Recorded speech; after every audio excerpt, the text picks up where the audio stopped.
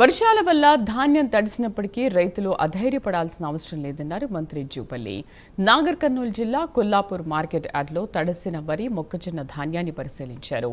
జిల్లా అధికారుల పర్యవేక్షణలో తడిసిన ధాన్యాన్ని సైతం గోదాములకు తరలిస్తున్నట్లు తెలిపారు. రైతులకు ప్రభుత్వం అన్ని విధాలా అండగా ఉంటుందని భరోసా ఇచ్చారు. ఈ ఏడాది రాష్ట్రంలో మొక్కజొన్న దిగుబడి ఊహించిన దానికంటే భారీగా పెరగడంతో గోదాములు సరిపోవడం లేదన్నారు.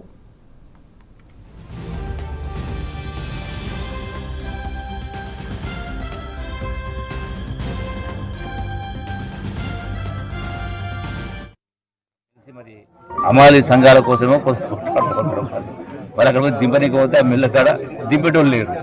ఎవరు వచ్చి దింపాలి అంటే బీహార్కి వెళ్ళి ఇక్కడ ఉత్తరప్రదేశ్ అక్కడి నుంచి బయటికి వెళ్ళి వచ్చి వాళ్ళు దేవుడాడాల్సి వస్తూ ఉంది.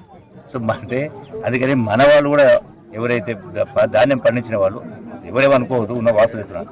ధాన్యం పండించిన వాళ్ళు కూడా ఒకప్పుడేమో క్వింటల్ బస్తాలు మోస్తుంటుంది, ఇలా 40 కిలోల బస్తాలు కూడా తీసి ట్రాక్టర్లు వేస్తలేవు, అమల్లో చేయాల పరిస్థితి చెప్తాం. కాబట్టి ఇవన్నీ అమల సమస్య ఉంది, గోదాముల సమస్య ఉంది, డబ్బుల సమస్య ఉంది. ఇన్ని ఉన్నా కూడా కొనుగోలు చేసి రైతులకు ఇబ్బంది లేకుండా చేసే ప్రయత్నం చేస్తాం. Thank you. ఓకే.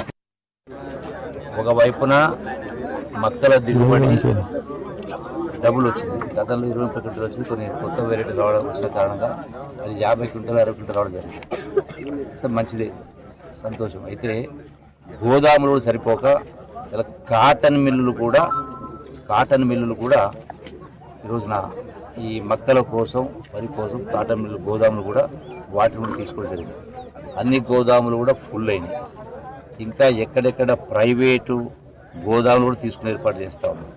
అట్లాగే ఫంక్షన్ హాల్ కూడా తీసుకొని వాటిని గోదాములుగా మార్చి అక్కడ పెట్టేటువంటి ఏర్పాటు చేస్తూ ఉన్నాం. అంటే అన్ని రకాల చర్యలు ప్రభుత్వం ద్వారా అన్ని రకాల చర్యలు తీసుకుంటాం. ఒకవైపున మార్కెట్, ఒకవైపున సివిల్ సప్లైస్ కార్పొరేషన్, సంబంధిత